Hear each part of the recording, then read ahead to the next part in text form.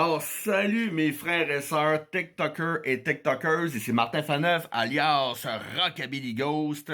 Aujourd'hui, je vous raconte une histoire vraie qui est arrivée à un de mes chums.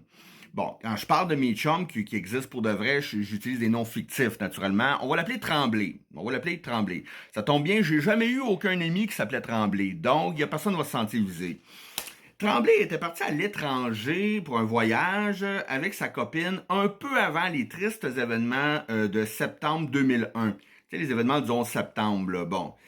Alors, quand il est revenu de voyage, puis qu'il devait passer aux douanes canadiennes, ben là, les événements du 11 septembre avaient eu lieu.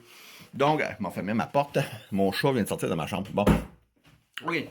Alors, c'est ça. Quand il est revenu puis qu'il a dû passer aux douanes canadiennes, ben là, les événements du 11 septembre étaient arrivés. Donc là, naturellement, les passagers, les voyageurs se faisaient beaucoup plus questionner, contrôler, il fallait remplir des formules.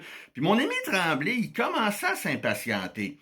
Alors, la douanière lui dit, écoutez, Monsieur Tremblay, on est vraiment désolé. Avec les tristes événements qui est arrivés, on doit contrôler beaucoup plus les voyageurs. On le sait que c'est long, on est désolé. Et là, mon ami Tremblay, qui normalement est intelligent, a répondu la chose peut-être la moins intelligente que j'ai entendue de ma vie. Il a répondu « Oh, inquiétez-vous pas, madame la douanière, je comprends ça. Vous faites même très bien votre travail. On le sait tous, je suis un terroriste, disciple d'Oussama Ben Laden, je fais partie d'Al-Qaïda, et je vous le garantis, madame, qu'il y a une bombe dans ma valise, ainsi que dans mon rectum. » Oui, oui, le con est vraiment allé dire ça à la douane. Qu'est-ce que vous pensez que ça a fait? La douanière pogne l'intercom. Vite, du renfort au bureau 4. Vite, du renfort au bureau 4. Code 208, du renfort numéro 4, oui. Code 208. Hey boy. Ça a l'air qu'on a vu 20-25 policiers et agents de sécurité arriver en courant, pogne Tremblay, pogne sa blonde, vlan à terre, les menottes, chacun en salle d'isolation, la fouille à nu, les font rhabiller, pogne un couteau, déchire toutes les valises, voir s'il y avait un double fond avec une bombe, déchire tous les vêtements, voir s'il n'y avait pas de la drogue ou quelque chose dans une poche.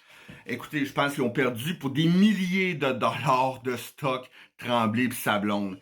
Puis là, après ça, on voit une douanière arriver. Mais tu sais, une douanière qui avait la corpulence d'une gardienne de prison, genre, là. Tu sais, là, moi, je suis petit en comparé d'elle, d'après ce que Tremblay m'a dit, là.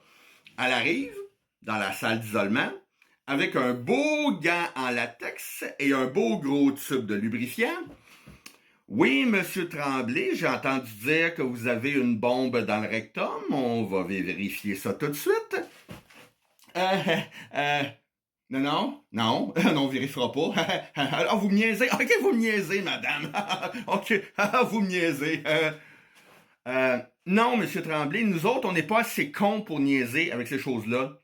Vous allez coopérer, baissez votre pantalon et vous penchez, s'il vous plaît. Non. Non, je comprends pas. Non, je veux pas. Regardez, Monsieur Tremblay, je vous donne le choix. Vous baissez votre pantalon et vous vous penchez par vous-même, ou bien moi, je baisse votre pantalon et je vous penche par moi-même. Et garantit qu'à la grandeur, la grosseur et la force que j'ai, si je décide de vous pencher, ça va pencher plus raide que vous pensez.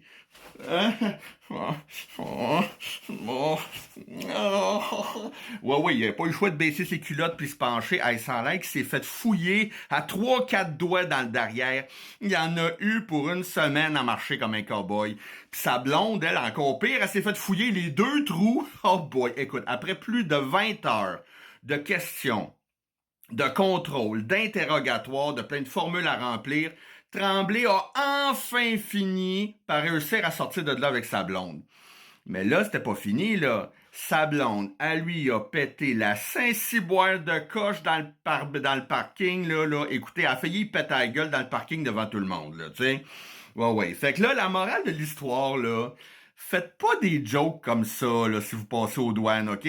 Parce que les douaniers et douanières sont pas cons. Ils savent que c'est une joke, mais ils ont pas le choix, c'est la procédure, hein? Faut qu'ils fassent comme si peut-être c'était pas une joke. Eh oui! Merci, mon ami Tremblay. Tu m'as donné un des meilleurs sketchs humoristiques, mais c'est une histoire vraie. OK, salut. Peace, have fun.